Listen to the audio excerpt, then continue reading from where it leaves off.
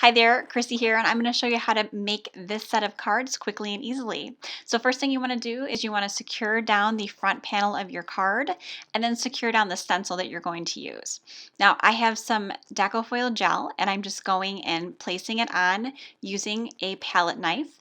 Palette knives are pretty inexpensive. There's cheap plastic ones as well that are about $1. You want to go ahead and put it on nice and thin and then let it dry for at least an hour. I did this 4 different times and I kind of positioned my stencil all over the place. I did each corner. Then I decided on the foil that I was going to use, and I just trimmed out that foil to go ahead and fit across that panel. Now, if you end up with some transfer gel in a spot that you don't want, you can remove it using the square rubber adhesive remover. It will get rid of it.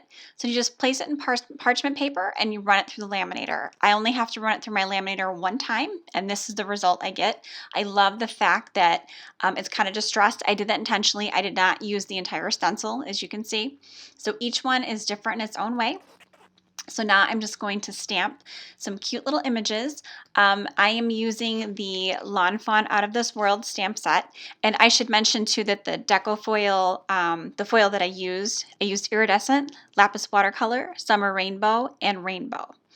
So I just went and I used my Misty stamping tool for this. You do not have to have one. You can use any acrylic block. It was just easier for me. I like using the Misty when I'm doing multiple cards at once. It does make it go a lot faster. So I stamped everything in Versamark ink.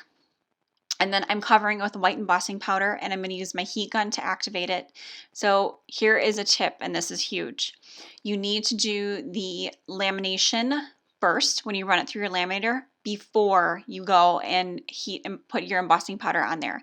If you try to stamp first and put your embossing powder on and then color everything and then run it through the laminator, after you've stenciled and everything, your sentiment and image are going to smear because your laminator is going to reheat the sentiment and the embossing powder, and it's just going to pull it through your machine. So don't do that. Make sure that you do it in the steps first where you're putting the stencil, then the laminator, wait for everything to dry, blah, blah, blah, and then do the embossing powder.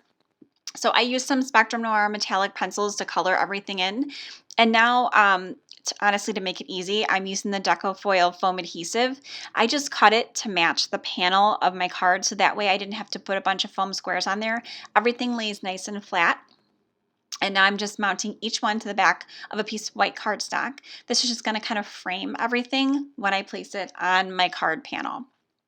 I love having multiple layers, and the foam makes it pop so nice. And if I wanted to make it even thicker, I could do that too.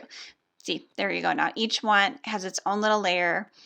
It's framed. It's nice and shimmery. I used a shimmering pearl cardstock.